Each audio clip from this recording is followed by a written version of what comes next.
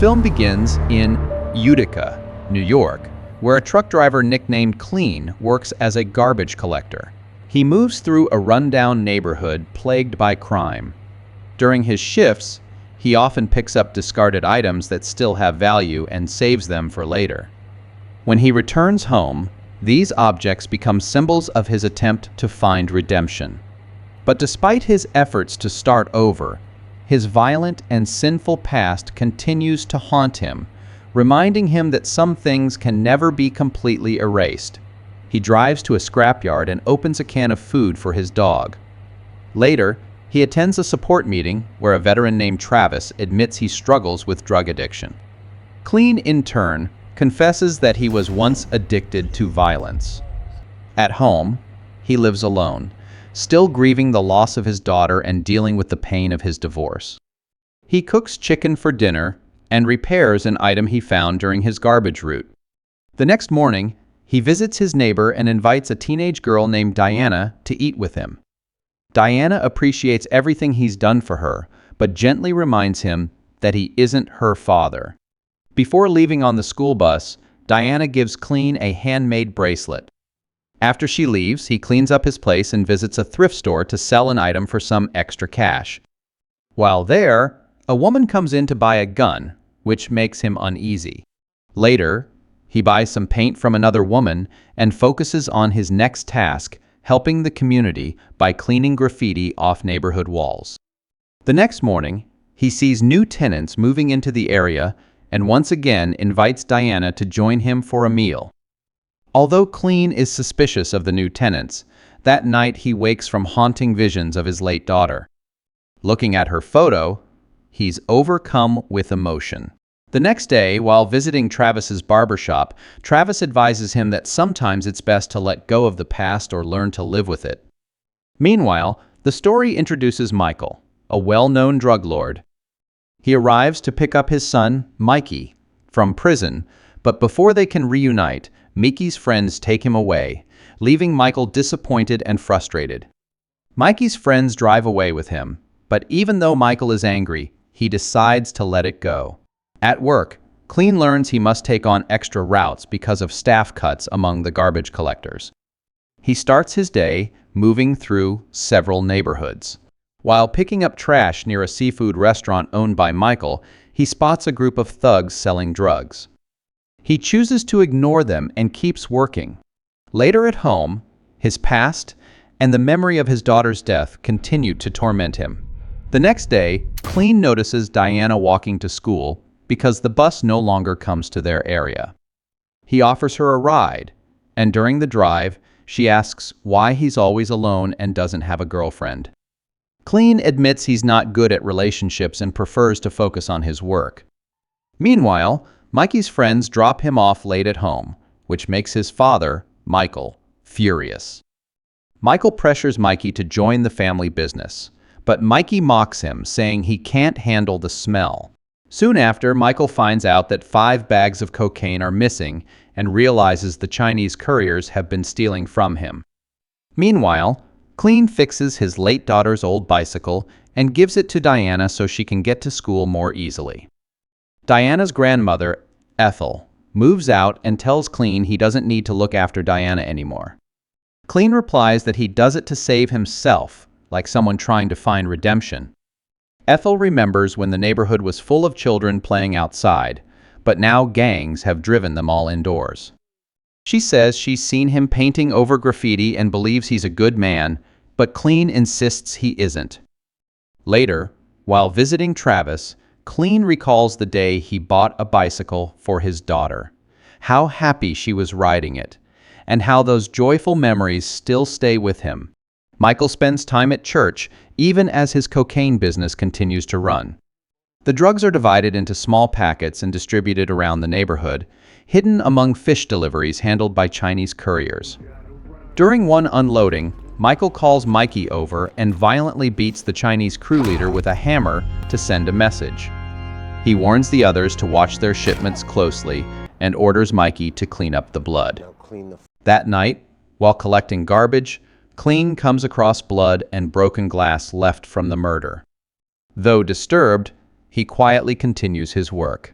Right after that, Michael appeared behind Clean. He apologized for the bad smell and offered him a cigarette, but Clean turned it down.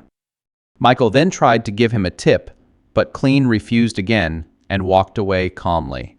The next day, while driving, Clean's car broke down in a rough neighborhood. As he checked the engine, a group of thugs ran past him, chasing someone into an alley.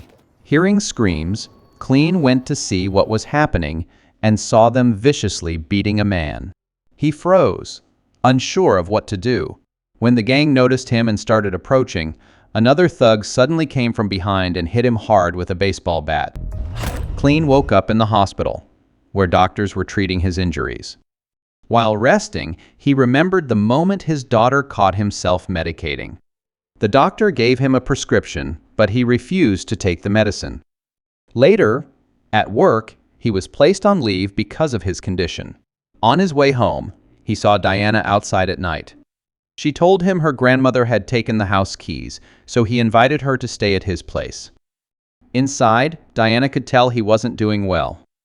As she looked around, she found a wooden box and opened it. Clean's sudden, intense reaction frightened her, and she ran away in terror. At Michael's mansion, he tried to talk to Mikey, but Mikey was too busy practicing rap.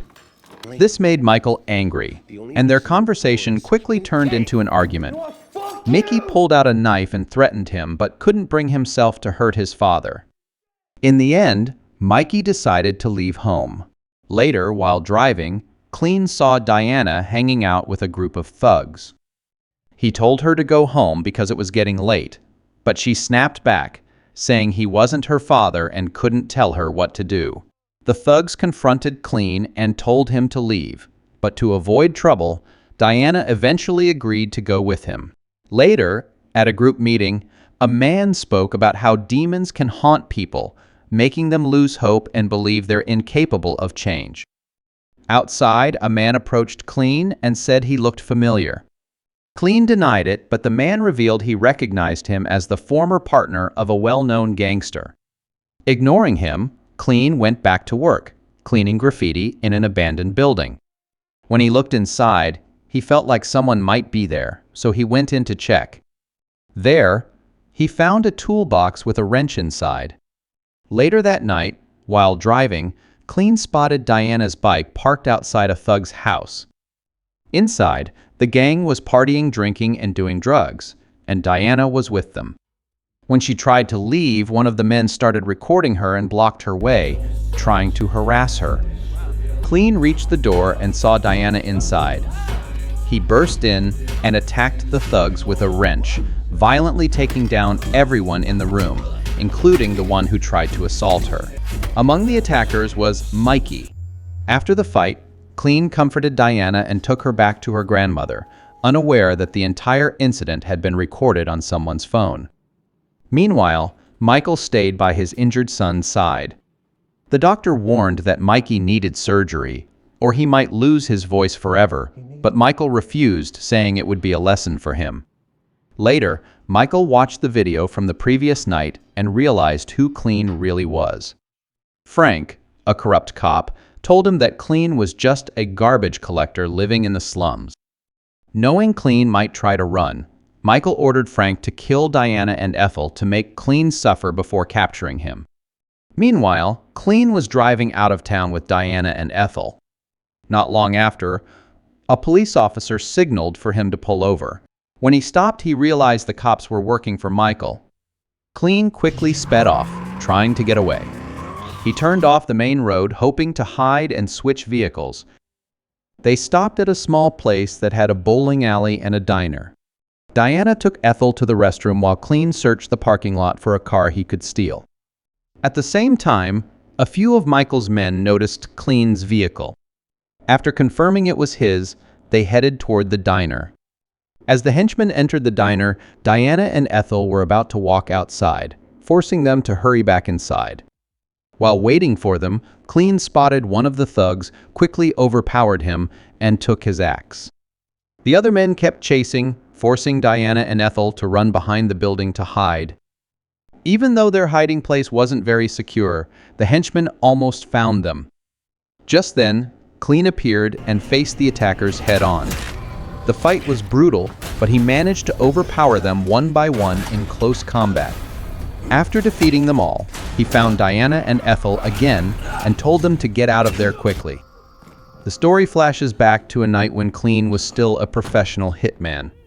When he came home, he noticed his drug syringe was missing and realized his daughter had used it. Tragically, she died, leaving him overwhelmed with guilt and grief. From that moment on, his life was never the same. At a motel, Ethel blamed Clean for the fact that they couldn't go home, but he promised to fix everything. Later, Clean returned to the neighborhood and met with Travis, warning him about Michael's men. He then went home, collected some money, and visited a pawn shop to buy guns. His friend who worked there gave him one of the best weapons he had. After that, Clean gathered more supplies and blueprints to prepare for what was coming. Meanwhile, Frank got a call and discovered that Clean was actually the legendary assassin once known as the Grim Reaper. Clean called Michael and warned him that he knew where he lived and was coming for him. He then used his old skills to make a homemade silencer for his pump-action shotgun. To remind himself of the darkness he once carried, he carved a tattoo into his own back.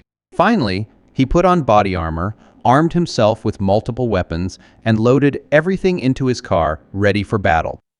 Michael ordered his men to increase security around the property. Meanwhile, Clean returned to his garbage route as if nothing had changed. Parking near Michael's house, he set a trap in the fuse box, then silently took out all the guards outside before heading back to his garbage truck. While Michael and his crew were drinking and celebrating, Clean suddenly crashed his garbage truck straight into the house. His trap went off, cutting the power. Michael's men opened fire on the truck, but Clean had already slipped out, starting a violent gunfight with them. Soon after, Frank appeared, and the two engaged in a brutal hand-to-hand fight. Clean fired a flare gun at Michael and kept chasing him. As Michael tried to hide, he narrowly avoided being shot and managed to fire back first. Clean then rushed at him, and the two fought violently in a fierce hand-to-hand battle. Michael managed to knock Clean to the ground. At that moment, Clean saw a vision of his daughter. Gaining strength from it, he fought back and overpowered Michael. Just as he was about to kill him, Mikey suddenly appeared and shot Clean first, then turned his gun on his father. Mikey kept firing until his gun was empty, and when he tried to shoot Clean again, he realized he was out of bullets. After the fight, Diana's neighborhood finally became safe again. Children started playing outside like they used to. As Diana rode her bike, she saw a garbage truck coming down the street and smiled. The movie ends here. Thank you for watching. If you're new, don't forget to subscribe for more movie summaries. See you next time, and have a wonderful day.